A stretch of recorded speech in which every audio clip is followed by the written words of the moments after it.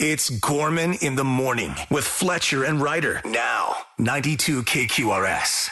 Gorman in the morning, Minnesota's 92 KQRS. Good Thursday morning. It is November the 6th. I'm in a pretty darn good mood considering that I'm in Washington, D.C. I'm just telling you, man, this town has never done anything but confuse me. Spokes, wheels, people that live here are like, it's a grid, it's easy. No, it's not. It's the most cacophonous, confusing place on earth to get around, but I save that for another moment because right now, Paul, I'm feeling Minnesota. Let's have them. Dozens of school districts across Minnesota asked taxpayers to approve new funding requests. In fact, there were more than 90 ballot questions this year. According to the Minnesota School Boards Association, over 60% of referendums were approved, roughly $1 billion in funding. Yo, hey. Yeah, that's good. I mean, it's crazy that they're having to ask us to pay for it, but you know what? People came through. Good, glad to hear it. If you're going to throw your money somewhere, throw it at the schools. I like smart kids better than dumb kids, so let's do it. As a guy who moved to Minnesota from Tennessee, you have no idea how much you like smart kids over dumb kids. I mean, if Ryder can even get behind it, that tells you something. Man, oh man. Announced yesterday, MSP Airport is one of 40 airports across the U.S. that will have its flight capacity reduced by the FAA due to the federal government shutdown. The restriction will start at 4% of flights tomorrow morning before incrementally rising to 10%. This decision could cut thousands of flights per day. The thing that stands out to me is they clearly don't think that an end is in sight, or else they wouldn't be doing this. I fully agree. That was my first thought, too. Just going to dig in our heels some more. Unreal. Now that Howl Owl Howl is in D.C., it's all going to get fixed real quick, right? I love it, yes. You know that's true. Came on. Send these guys to Capitol Hill. Mm-hmm. Back on October 10th, the Bureau of Criminal Apprehension ordered police to stop using breathalyzer tests in case they were faulty. Did you hear about this? No. I didn't hear about it either. Well, the BCA scientists reran the numbers and found that the control cylinder, the crux of the concern, worked just fine. They determined the fault was with law enforcement incorrectly entering numbers. And so the breathalyzer is back in play, and I'm guessing there's going to be a bit more training. All right. All right. By the way, I found this story from our buddy Sean McPherson's CityCast. Nice. Yeah.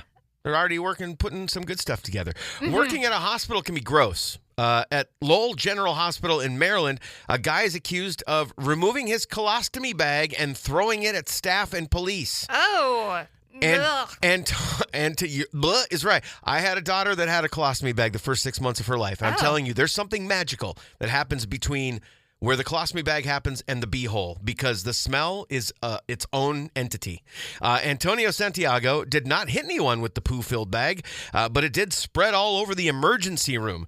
Check this out. He's charged with 8 counts of assault with a dangerous weapon, one for each person in the room at the time of the incident. He was held without bail. Why the harsh charges?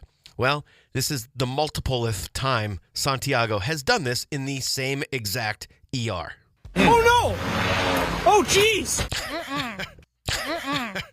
Okay, then. It's the sound of people ducking. Yeah. Warren Zevon will be posthumously inducted into the Rock and Roll Hall of Fame after being eligible for over 30 years. Zevon's final appearance on The Late Show with David Letterman, where he said his emotional goodbye to fans, tried to keep things light. Zevon performed live renditions of Mutineer, Genius, and Roland the Headless Gunner on Letterman's request, knowing they might be his final public appearances. Letterman received Zevon's guitar as a gift after the show, which left him emotional and sobbing. I remember watching that one. Man. Yeah. I feel like you've shared with us before, your experience with all of that. Yeah, definitely. Yeah. I played on Warren's last album, The Wind. I played on one song, the cover of Knocking on Heaven's Door. Very unexpectedly, he just showed up at a studio where I was working on another session, and one thing led to another, and suddenly we were wrapping for the night. Like, we had done a whole day's bunch of tracks, and it was over, and then he showed up, and suddenly we were tracking a song that ended up on the final record. Oh, cool. It was pretty awesome. And he was on his way to go do the Letterman taping, like, the next day. Holy cow.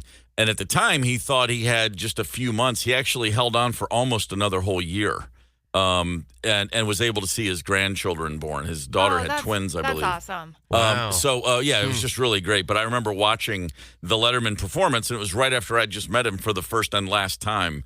And the whole for the Zevon fans out there, man, it's like that was a big one. A lot of, did you see that? Can you believe it? It was pretty heavy time. Absolutely.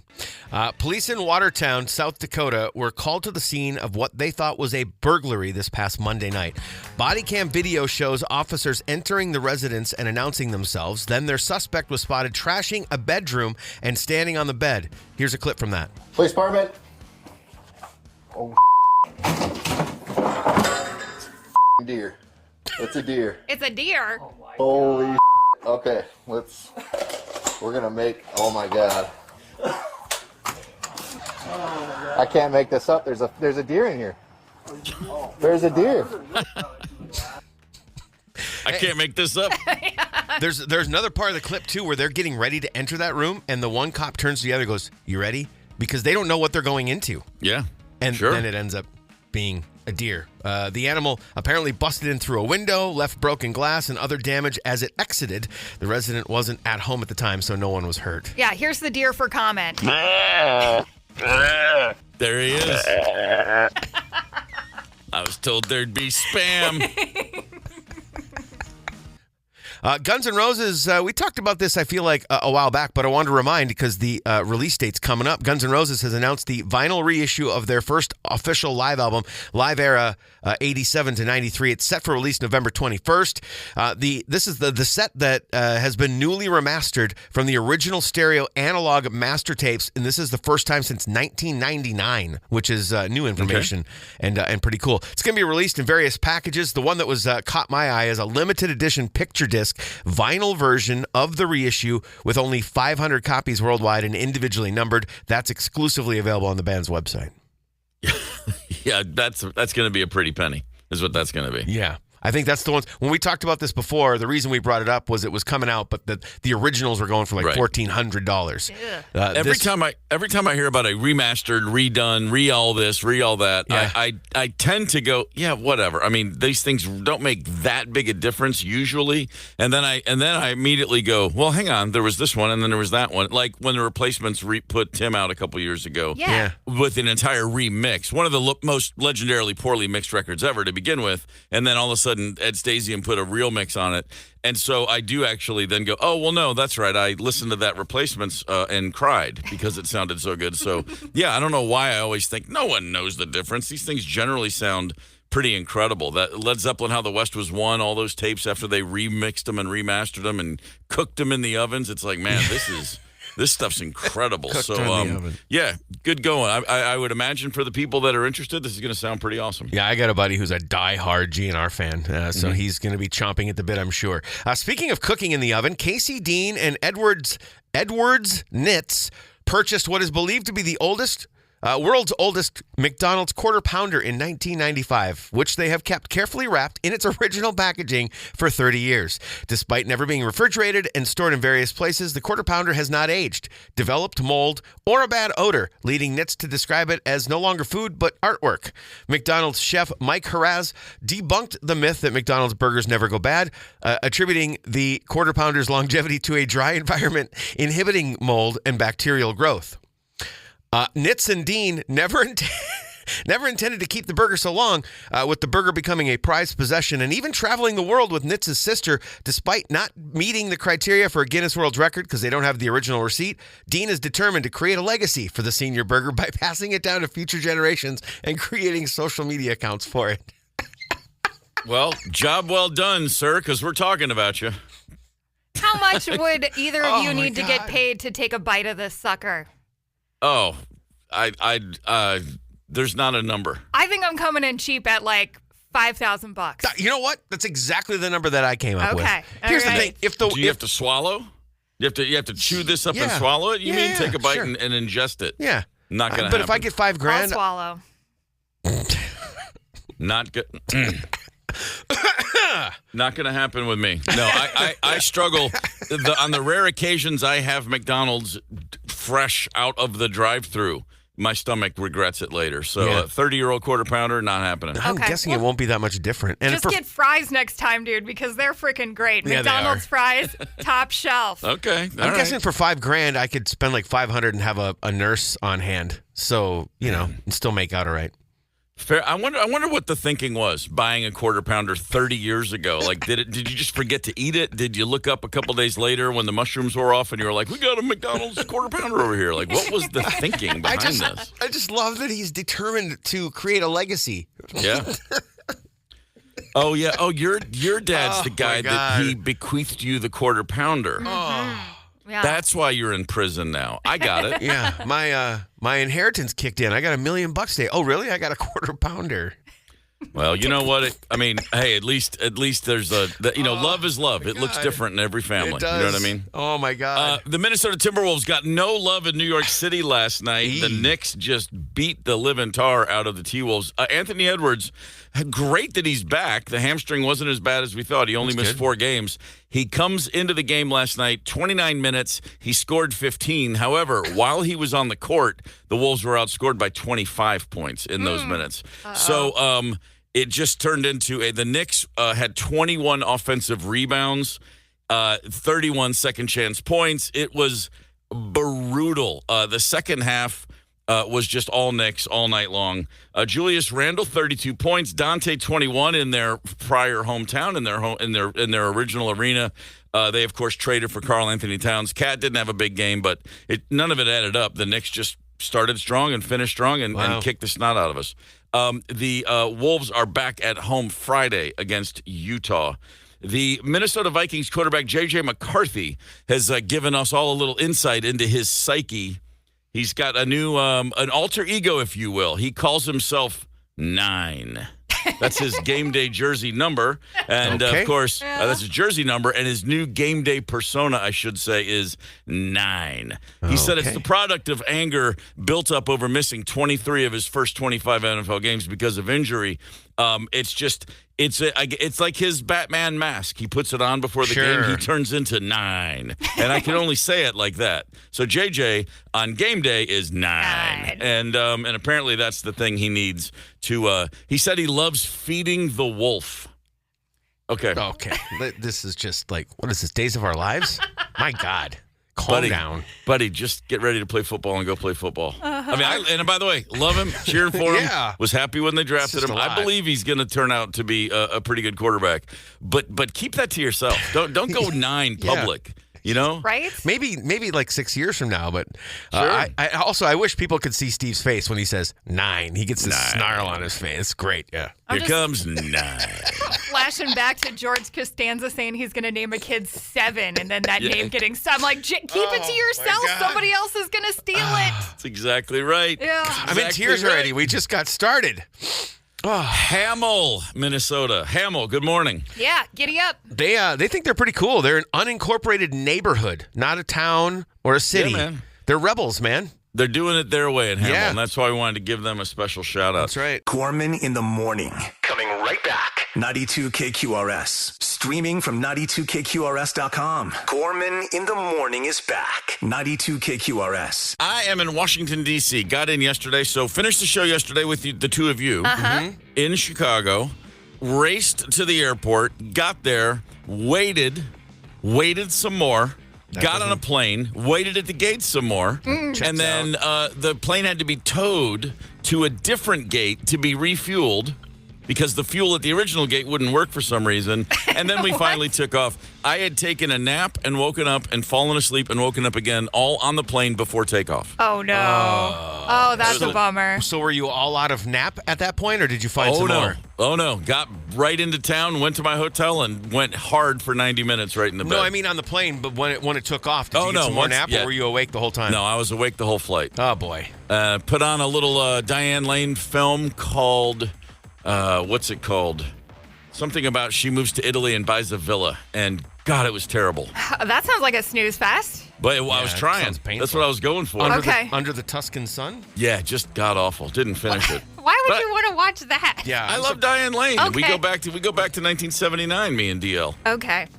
All right, so you flew. Did Mike Mills and Darius Rucker, did they fly too, or were they on a bus or something? No, Mike flew. Mike also flew. Different flight yesterday, different time of day. Darius is on the bus every night. Like the show ends, hang out for a while, see some friends, and then he's overnight driving everywhere. Like so he got on his bus and rolled right to D.C. after the gig in Chicago a couple nights ago. So that's how all your gear is getting to the show. Okay. And that's normally in normal situations, that's what I always did. Every tour I've ever been on, you play the show, you hang out, and then you get on the bus and you drive overnight.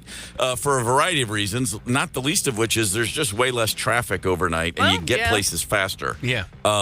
Mike likes to roll in the day. He likes to stay behind, get a good night's sleep in a hotel because you get up and down, you're on the bus, you get up, Yeah. But Wise man. For me, it was like, well, I got to stay. I got to do a radio show. I have several days where I am going to be flying, but generally speaking, I will be on a bus rolling from town to town. Very happily so. Yeah, but you're also getting up really early and doing this, and so saving yourself some time. Oh, well, at least trying to save yourself time. Doesn't sound like you saved too much time yesterday, but real quick, where are you guys playing tonight? Tonight we play at a place called the 930 Club, which has been around in D.C. for a very, very long time. Nice. Yeah, I know it's legendary, but I couldn't tell you the coolest thing about it. There was the original 930 was really small, probably like a 600 or 700 at most capacity. Oh. And then sometime in the I want to say mid 90s, late 90s, they moved to the current location, and it was one of the first clubs that. You've got a floor, you've got a balcony. It's all like a rectangular shaped room, basically. Okay. And the way they could move the stage forward and back to make it different capacities. Like it had the ability to sort of shape shift. And at the time, that was like, oh my God. Yeah. But just the fact that, like, when, the first time you ever go to the new 930, they're like, hey, we have a dressing room now. It's like, nice. Very all right. cool. We're really moving up in the world. Yeah, that's wild. But it's a pretty legendary spot. I mean, everybody has played there. The weirdest gig I ever had at the 930, though, was not with the Black Crowes. It was with a band called Stereophonics, this Welsh band I did a year on the road with. So I've mentioned this before, I think. Stereophonics were huge in the United Kingdom from whence they come. Mm-hmm. And so in the fall of 2003, we did a tour. It was arenas in the UK, like every major city in Britain, and it was 2 nights usually. Mm-hmm. And then the last show of the tour was in Wales, where they're from, in Cardiff, and it was the Millennium Stadium. It was 72,000 people sold out. Holy cow! And every person on that stadium sang every word to every song because the local boys from Wales had done good, and it was. Yeah. I've never been a part of a show that was like that. I mean, it's not my band, but I could the feeling, the love in that room, and the pride and the. It was astounding. Truly, I mean, I walked up the stage going, I'm American, and that was mind-blowing. Yeah. The next gig we played after that show was at the 930 Club opening for a kid named Howie Day. Wow. So the stark difference between their success in Great Britain versus their success in the United States. And we loaded in, and I heard Howie Day sound checking, and I went, we're opening for this clown? And I looked at them, and I was like, guys, you need to just give up the American ghost. It ain't gonna happen. Nice try, but this, you just go back where they love you. I've always wondered what that's like for bands that are massive overseas and they have to come here and play tiny little shows. It's humbling, I'm sure. Every British band is told the same thing when their first record comes out. You need to spend half your career in America, or it ain't gonna happen. Wow. You have to. And for the ones that do, they have a chance, and the ones that don't, it's never even a remote possibility. So. Right. Pretty simple. Yeah. It's like, the rest of the world's great, but we invented this crap over here. And if you're a rock and roll band, you gotta impress us, or it's never gonna matter. Right. Hell yeah. I mean, there's a reason Oasis ain't in the Rock and Roll Hall of Fame. That's because Americans invented this crap. Yeah. Take your snotty attitudes elsewhere, boys. Yeah, and your stadiums of fans. Hey, listen, I don't know about the two of you, but I was never a cigarette smoker. Nope. When all the bars overnight, like one day in the late 90s, were like, we're not allowing cigarettes anymore. Even as a non-smoker, I was like, that's stupid. Yeah. And then the first time I walked out of a pub and didn't smell like a carton of Marlboro Reds, I was like, oh, this is awesome. I can breathe. But that's not, that was a good move. But we never said, hey, smoking is done. You're done with smoking. But that doesn't mean that hasn't happened elsewhere. We've got a pretty intense... You want to talk about a smoking ban? I'll give you one in about 5 minutes and 2 songs. 92 KQRS. Gorman in the morning, Minnesota's 92 KQRS. It is Thursday, November the 6th. Very glad to be with you. Very glad to hear a little Duran Duran this morning. The Duran Puts me in a good mood. Yeah. I will be the first guy to go, Duran Duran. And then I hear a song and I'm like, yeah, it's pretty great. Got to admit, pretty great. We went and saw, my lady and I went and saw them a couple summers ago in Vegas, and seriously, they have no business being as good live as they are at the age that they're at. I'm not saying that they're decrepit and old, but like they're advanced, and man, they still sound phenomenal. Man, I don't doubt that for a second. And across the board, good-looking bunch of fellas. They know how to work a suit. I wanted to be John Taylor so bad when I was in junior high. You were not the only person that would say that if they were being honest with themselves. The guys in Duran Duran, looking back, I'm picturing them on boats. I'm picturing them looking really cool with cigarettes in their fingers. Yeah. Oh, Who sure. doesn't? Yeah. Me. There's two things. The coolest two things you can do in this world, I can't even pretend to look cool doing them. One is smoking a cigarette. Okay. And the other is playing a guitar. There's nothing about my body language or my physique that suggests that's a good idea. I've tried to look cool. It is unbearably uncool when I do either of those two things. Okay, with the guitar, are you holding it low, like by your waist, Like or Johnny are you Depp? doing the high thing where it's up like super high? It doesn't matter. It's, you know what? I could put it down at my knees and it still looks like it's super high. It just doesn't matter. It's there's just something about it. It's just not supposed to happen. You should play I the think drums I look then. ridiculous when I play drums. I can't stand the way I look at the kit, but at least I'm busy, so I just make sure not to click on links when someone, hey, here's a video of you playing, and my answer is always, okay, cool. No. No thanks. No. But if I did smoke and if I could pull it off and look cool doing it, I used to always say, and it's funny because this is the year this happened, I always said for years, I'm going to start smoking at 60. Okay. Because then it won't matter. You can buy yourself a few decades. I'll be old anyway. Okay, Sure. Then I'll just look cool. I'll be a cool old dude. Silver hair, sitting on a park bench somewhere in Paris. It makes perfect sense, right? Oh, yeah. With a baguette Yes. in one hand and a cigarette in the other. Yeah, it hasn't happened yet. Okay. And it's definitely not going to happen if I go to the Maldives anytime soon. That's an island nation in the Indian Ocean off the east coast of Africa. I've never been. I've heard it's just heaven on earth. The Maldives, a beautiful place to be. The photos are insanely absurd. fancy. Yeah. Yeah. Super, super fancy. Yes. And the Maldives apparently woke up and said, we're sick of this. We're done with you and all your cigarette smoke, you European trash travelers. The Maldives have just become the first country in the world to impose a generational smoking ban, is what they're calling it. What does that mean? If you were born after January 1st, 2007, which that means you're what now, 18 years old? You're turning 18 this year. Mm-hmm. Not only can you not today, but you will never be allowed, ever, to smoke, buy, or use tobacco. Ever. Jeez. Wow. They are grandfathering in older people, but if you are born after January, on or after January 1st, 2007, never. It's done. Don't even think about it. Wow. And this is all forms of tobacco. Stores will check IDs before selling. They already banned vapes and e-cigarettes for everyone, regardless of age. Okay? And now they're saying, look, we have a real simple goal. We're going to eliminate smoking forever in this country. Wow. I'm kind of baffled and dumbfounded and speechless. Fat chance. But you have to do the generational ban because if you ban smoking overnight, you're going to have riots in the streets. Sure. Well, and you're going to kill some businesses. I know people who have been, like Mark Twain said, quitting smoking's easy. I've done it thousands of times. Mm-hmm. Right. I know people who have weaned themselves from cigarettes. Same people who have weaned themselves from other very hard drugs, and they said cigarettes is way more difficult. Yeah. Really? I've watched my dad struggle for the large majority. Well, since I've been born, for over 50 years, I've watched him struggle. And he has weaned, but kicking it all together has never happened. Oh, it's brutal, man. It's absolutely brutal. Do you think something like that could ever happen here? Do you think something like that should happen here? Should we determine, you know what? There's nothing good coming from it, so we're just going to take it out of your hands. 651-989-ROCK. What should we do, if anything, about, tobacco banning, limiting, and whatnot? As I said, I like leaving a bar and not smelling like smoke, but that's about as far as I'm willing to take it. 651-989-ROCK. The Maldives, island nation, beautiful part of the world, got a little more beautiful because they said no more tobacco, ladies and gentlemen. We're done.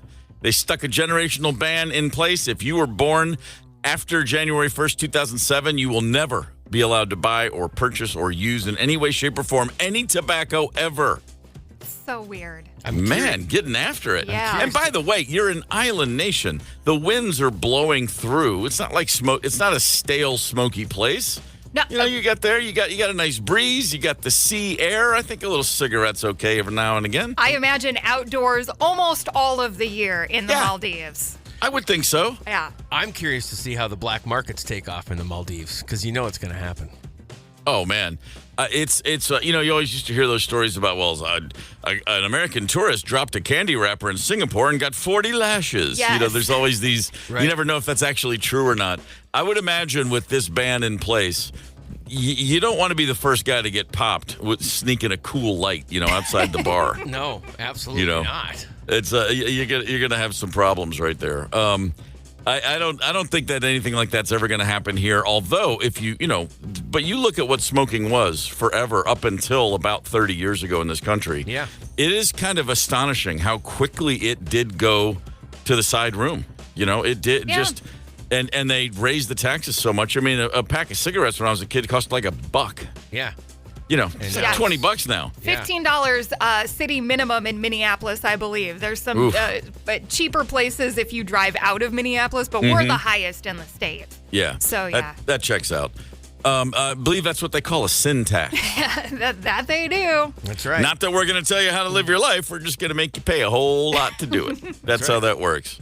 Yeah, it's crazy how much it became the thing we don't talk about anymore. That did happen. Oh, it absolutely did. Gorman in the morning. Coming right back. 92 KQRS. Streaming from 92KQRS.com. Gorman in the morning is back. 92 KQRS. Thank you very much.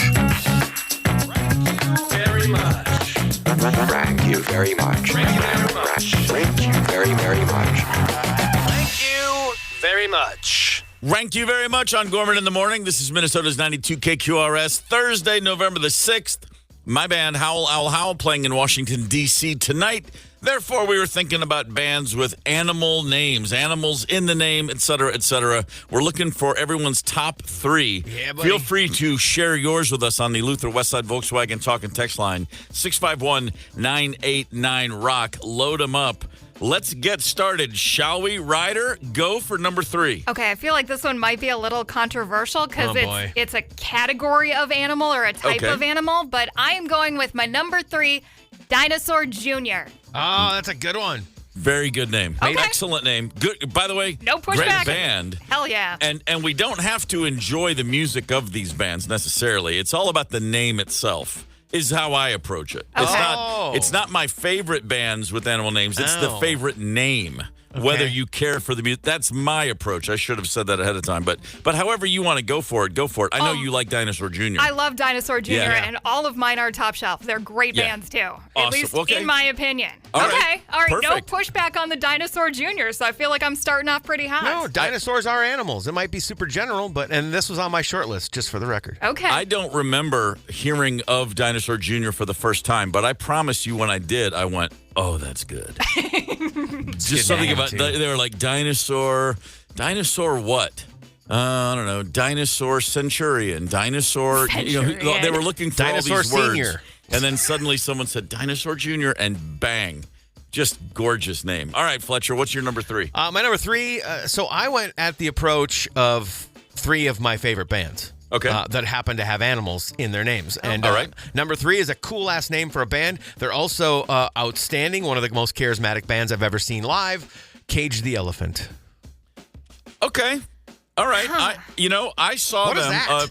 I saw them in September for the first time ever, and was heartily impressed. Yeah, they the earlier albums they've kind of settled into a sound. The last couple albums, the first ones were a little more explorative and genre bending, and so I don't love them as much as I used to. But the body of work is outstanding.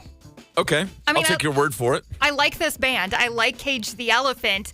But if you listen to the band Cage the Elephant, I don't know that the song fits or the band fits with this name. Because like elephants, they're stampeding, they're crazy. You know, I'm looking for like a hardcore metal band. We have Caged the Elephant, and they're really poppy and fun. Cage the Bear maybe is what you're thinking of. Elephants, I don't find them to be crazy. I feel like they're pretty calculated. Really? Freaking elephants will stamp. I saw. Sure, they will. They don't just do it because they lose their mind, though. They do it they have purpose behind it. Yeah. What's the difference if you're the guy animals underneath that hoof? Right. And now they're caged. I know this about Cage the Elephant. It was recently, as in within the last year, and I had to see a photo of an elephant in a cage before I realized, I thought they had an elephant named Cage. Like Mike the Elephant, Gary the Elephant, Cage the Elephant. Yeah. And when I put that together, I just had this silent moment of, gosh, sometimes I'm the dumbest person I know. Dude, if this band was named Gary the Elephant, I think it would fit better with what they sound like. All right, very good. Wow. That's just disrespectful. All right, my number three. I'm just going, and again, so two things. You don't have to love the man necessarily, not that I don't, but it's also, I like to just, first thing that comes to mind. And when I saw animal names, the first band that came to mind, going way back to my early childhood, I thought it was the funniest band name ever, and therefore it's my number three, Country Joe and the Fish. Oh. When I was a kid, Sure. I didn't even know what they sounded like, but I was like, man, that just sounds like some hippie crazy. And it was. They're hippie crazies, Berkeley, California. This is a band that wrote about the counterculture and free love and recreational drug use and all the things that scared me when I was 7 and 8 years old because I didn't know what they meant, but I knew I wasn't supposed to even know about them. They put out an album called I Feel Like I'm Fixin' to Die. I mean, come on, that's hilarious. Good Lord. Yeah. A lot of dark humor. I mean, and they played Woodstock, but don't worry about that because that is the last gasp sort of lineup shifted. They were like, we can go play it. But the original Country Joe and the Fish, that's my number three because the name to this day still makes me laugh. How high on LSD were they when they were like, how about Country Joe and the Fish? The fish doesn't really fit with Country Joe. Although maybe Country Joe liked to go sit on a dock, dangle his toesies in the pond and fish. Every dude I know from the country named Joe has a fishing pole in the truck. Yeah. What they don't have is a big blotter full of LSD. All right, number two's Ryder. What do you got? Number two, it is Pantera. Latin for panther. Okay. Badass. Yeah. Fits with the band. You know what you get when you're going to a Pantera show. Like, your eardrums are going to hurt. So Pantera's, would you say it's what for panther? Latin. I did not know that either. I'm learning a lot today. Yes. I had no idea that was I just thought they made that word up. No, they didn't. It's a real word. Okay. Just not a real English word. That's perfectly applicable. Yes. That's just fine. There we go. That is one of those Pantera. names, and with the font and everything, where there's no question about what you're going to get. Mm-hmm. Number two, Fletcher. I think that one was exactly fine. My number two, I haven't spent as much time listening to this band directly as some other bands in history, but I have because they've influenced everything. So I'm going with the Beatles. Okay, Ryder's got the harumph look.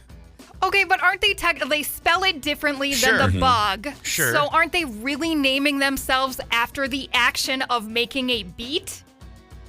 Probably. Oh, man. But the name is Beatles, and so I'm just rocking with it because it's an animal. Okay. Okay, fair enough. I feel like you should have tried a little harder to get a real animal. Wow. So okay, the problem- shots fired. See, and you know what? To be honest with you, I wish I'd have come to the conclusion that you just did, because I was looking for a reason not to put the Beatles in my top three. But when I was doing it as my favorites, based on that, I felt like I had to. I felt like I couldn't get away with it. Get away from it, I mean. There's never a bad time to point out that regardless of whatever you think you know about the Beatles, just remember this: they're still underrated. Make no mistake. Like I said, make no mistake.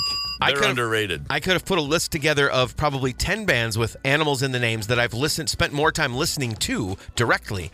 But again, they've influenced everything I listen to, and so they're number two. Okay. My number two. Let's hear from it. Wales. In the United Kingdom, little southwest side, little side place called Wales where they really do things differently. Super furry animals. Oh yeah, super furry animals. First time I heard the name, Nice. I immediately loved it, and I pictured myself like all the animals in the world, but super furry versions of them. Yeah. And I mean, like, if Country Joe and the Fish were tripping balls when they named themselves, how stoned were the super furry animals when they came up with that?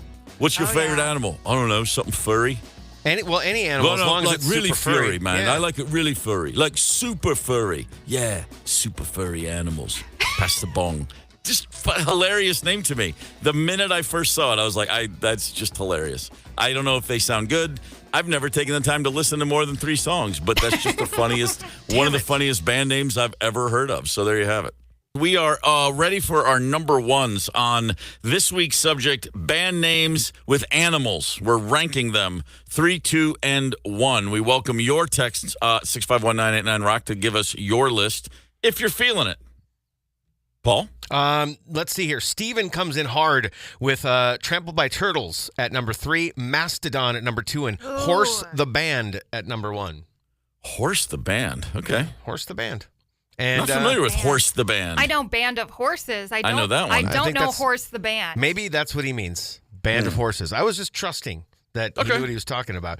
952 number says Gorillas, Cage the Elephant, Def Leppard, 3, 2, and 1. Okay. Again, the it's fine that makes sense, but Leopard with the spelling. As we tripped up on the Beatles, we have to apply the same rigid principles, the same rigid protocols. No, we allowed mine, number 1. Number 2, something hit me during the AC/DC song.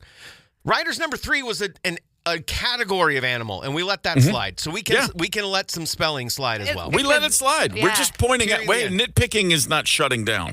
Nitpicking is simply picking nits. Number 1's, Ryder, what do you got? Number 1, and I would say a top 5 band of all time for me. T-Rex. Now I'm feel like mad. This should be around the horn number 1 for everyone. You say that every week. Did everyone even care about the Tyrannosaurus Rex before the band came out? Such a great band, so much fun to listen to, and that name on the poster and on the album cover, just chef's kiss. Yeah, that's pretty great. Mm-hmm. Sorry to say, I'm envious of that one. Good one. Yeah. All right, fair enough. So far, Ryder's got the blue ribbon for the day. Fletcher, you're number 1. No, everything's dinosaur stuff. Like, come on. Give me Panthers are not dinosaurs. Think outside the dinosaur gene. First of all, really quick, we got a bunch of number 1s for Modest Mouse in the text, which I thought was interesting.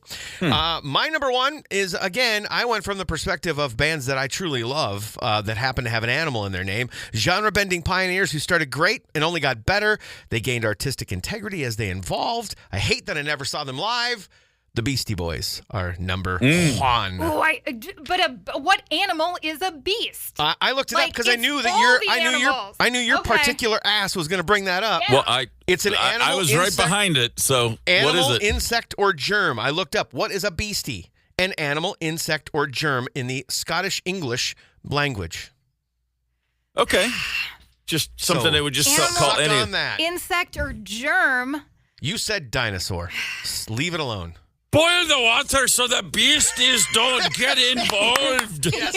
Okay. That's, you know what? If we got nothing else out of this than that right there, I'm happy. All right, fair enough. All right, Steve, what you got for your top All right, pick? my number 1, I couldn't tell you a single thing about what this band sounds like. That's not the point to me. But, and people say this Glenn Phillips kid can write a tune, but the simple fact is this. A band that names themselves from a Monty Python skit gets my number 1, Toad the Wet Sprocket. Yes, there are taking some a jams page too. Yeah, man. I mean, the Eric Idle delivering the rock notes on Monty Python. Rex Stardust, lead Electric Triangle with Toad the Wet Sprocket, had to have his elbow removed following their recent successful worldwide tour of Finland. Eric Idle told the story of one day driving in his car and hearing, here's a new band called Toad the Wet Sprocket. And he said he almost drove into a ditch. Because then when Monty Python wrote the skit, they said, what's the dumbest possible band name we could ever come up with? Never in a million years would he have imagined somebody would hear that and go, yeah, let's be that. So Toad the Wet Sprocket, just because of my love for Monty Python, and boom. Talking about a band that the name doesn't fit the music at all, because it's all very, almost kind of comes off as whiny and mid-tempo, but don't get me wrong. Whiny. It kind of is a little bit. I mean, it's... Well, now I'm sorry for mentioning them. No. Jeez. I think they're... Dude, they've got like 4 or 5 songs, I think, that are outstanding. There's your rank you very much for November the 6th. You can still hit us up on the talk and text line 651-989-ROCK. Gorman in the morning. Coming right right back. 92 KQRS. Streaming from 92KQRS.com. Gorman in the Morning is back. 92 KQRS. Gorman in the morning, Minnesota's 92 KQRS. My band Howl Owl Howl rolling along. We have left Central Time for the next week. Wow. It's all East Coast time. I get an extra hour of sleep, guys. How Lucky about that? You. Yeah. But you'll take advantage and stay up later, too, though. Of course. Can't help myself. So we're in D.C. tonight at the 9:30 Club, and then off tomorrow to Asbury Park, and then Boston. A little 3 in a row. Man, we're working hard out here. Yeah, working through the weekend, dude. I'm proud of you. Hey, that's how it goes, man. The weekends are made for rock and roll music, Ryder. Is there one of these venues that you're most looking forward to? Tonight's one of them because the 9:30 is always just a raucous good time. Yeah. All of them. Actually, every place Asbury we're Park? playing. Yeah, the Stone Pony in Asbury Park. That's Springsteen territory. That is Springsteen territory. I've played the Stone Pony, both the indoor club and then in the summer they go outdoors to the parking lot for much bigger crowds right there by the seaside. I've played the Stone Pony a number of times and looked over to the monitor board on at least 3 occasions, and there's the boss. He just shows up and watches. Yeah, never once did he hang out and talk and hang. He shows up after you start, he watches, and he leaves during the encore. And it's like, hey, there he is again. Wonder if he's ever going to say hi. I guess he didn't hate us because he kept coming back, but never met the guy. But he'd be right there. Wow. And my monitor guy would have a look on his face like, that's the boss. Yeah. The last time I played the 9:30 Club, if memory serves, this was with the Black Crowes, 2008 or 9 probably, and we were on stage in the encore, and I'm playing along, and I am just like right towards the end of the night, and I suddenly got this incredible whoosh of very, very cold liquid down my back. Huh. And I mean, so much so, I didn't stop playing. I didn't drop a beat. I'm a pro. Muscle memory kicks in when my entire body goes into shock. But I just thought, it just dawned on me, like someone's pouring a drink on me. And it wouldn't be anyone on my crew. It wouldn't be I was like, who in the world would do that? And then it stops, and then I kind of get to a place where I can turn around, and it's Dave Grohl. I'm like, that checks out. Nice, dude. Most people get on the side of the stage, and just when you look over, they wave. Hey, man. Hey, I'm here. No, he had to come out onto the stage, and nobody could see him in the house. Like they were, he kept it low key. But then at the end of the song, when the lights came up and he was still back there, everyone saw him, and then it was like, and then they cheered louder than they had all night. It was kind of funny how that works. Yeah. Local boy. He's a Northern Virginia kid, so yeah. Yeah, and then just to cement the fact that he's Dave Grohl, afterwards he goes, hey, there's a cool bar around the corner. Let's go get a beer. And I said, great. And we walked in, and it was his bar. I was like, oh.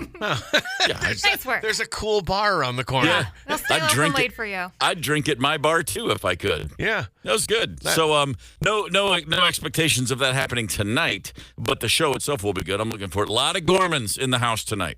Well, I hope one of them sneaks backstage and then pours the bucket of Gatorade over you, just like Dave Grohl, because you have won the night, Coach. I have a feeling that a Gorman wouldn't get away with that, though.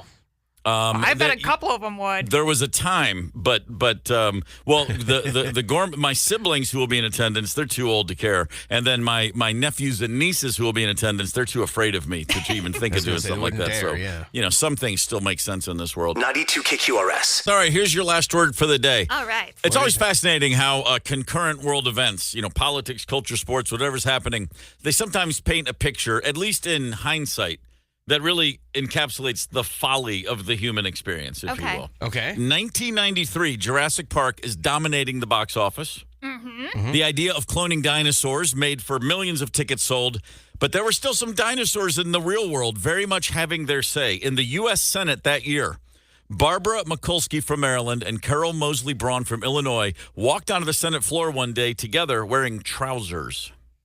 Oh. And a lot of their male colleagues flipped their ever-living wigs. Mm-hmm. They clutched their pearls and said, no, the gentle women must wear skirts or dresses. That is the rule of the U.S. Senate. It was 1993. Yeah. Wow. Yeah. They did hold the line. There were people who were like, absolutely not.